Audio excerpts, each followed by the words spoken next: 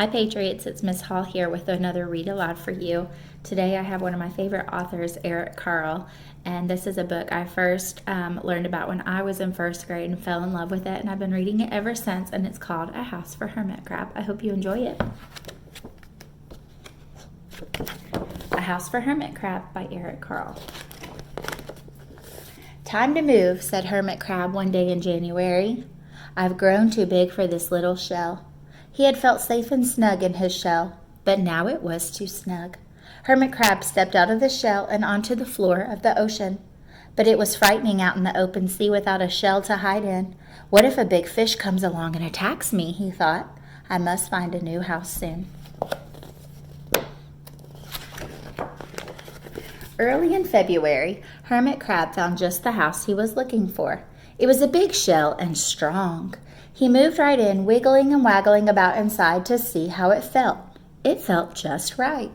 But it looked so, well, plain, thought Hermit Crab.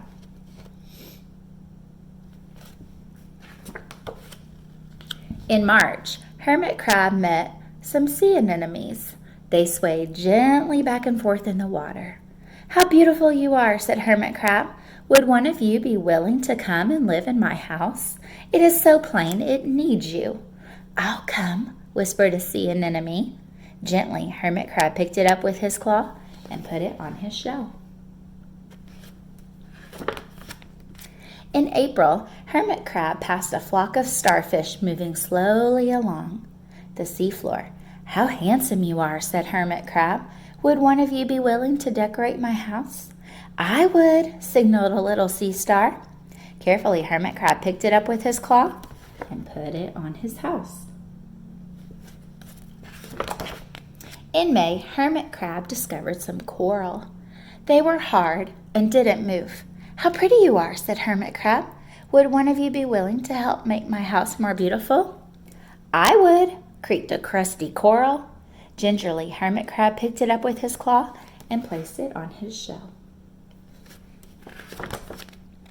In June, Hermit Crab came to a small group of snails crawling over a rock on the sea floor. They grazed as they went, picking up algae and bits of debris and leaving a neat path behind them. "How tidy and hard-working you are," said Hermit Crab. "Would one of you be willing to come and help clean my house?" "I would," offered one of the snails. Happily, Hermit Crab picked it up with his claw and placed it on his shell. In July, Hermit Crab came upon several sea urchins. They had sharp, prickly needles. "How fierce you look," said Hermit Crab. "Would one of you be willing to protect my house?" "I would," answered a spiky sea urchin. Gratefully, Hermit Crab picked it up with his claw and placed it near his shell.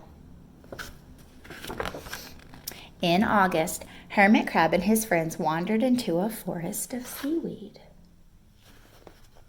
"It's so dark here," thought Hermit Crab. "How dim it is," murmured the sea anemone. "How gloomy it is," whispered the starfish. "How murky it is," complained the coral. "I can't see," said the snail. "It's like nighttime," cried the sea urchin. In September, Hermit Crab spotted a school of lanternfish darting through the dark water.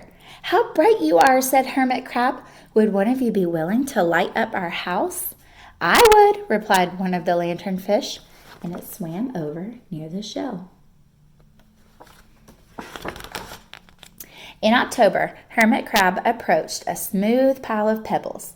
"How sturdy you are," said Hermit Crab. "Would you mind if I rearranged you?"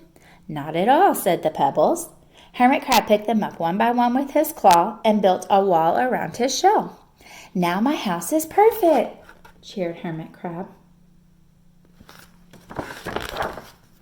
But in November, Hermit Crab felt that his shell seemed a bit too small.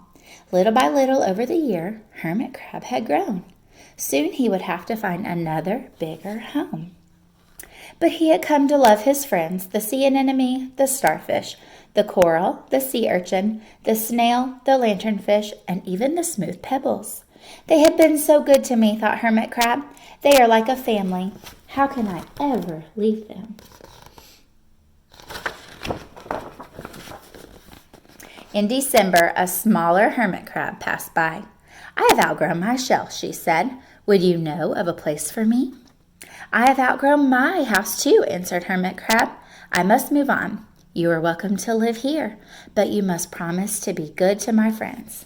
I promise, said the little crab. The following January, Hermit Crab stepped out and the little crab moved in. Couldn't stay in that little shell forever, said Hermit Crab as he waved goodbye. The ocean floor looked wider than he had remembered, but Hermit Crab wasn't afraid. Soon he spied the perfect house, a big empty shell. It looked, well, a little plain, but sponges, he thought.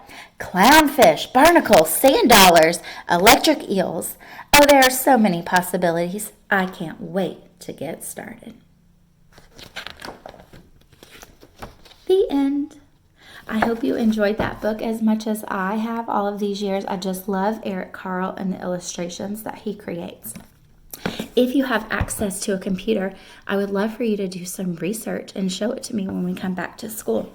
I noticed there were a lot of animals and sea life in that book that I'm not familiar with. So I'd love for you to do some research on them, and I'm going to read them to you. Sea anemone, starfish, what does that say? Snails, sea urchins, lanternfish, and the hermit crab. I'd love if you could find a picture of each or draw me an illustration of what each one looks like.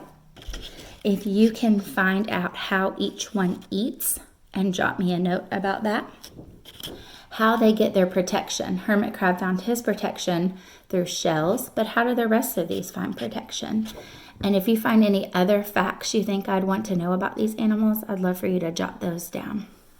So if you need to look up the book, it's available online if you want to go back and reference all of the different sea life that was in the book. Otherwise, I hope you enjoyed it. See you soon.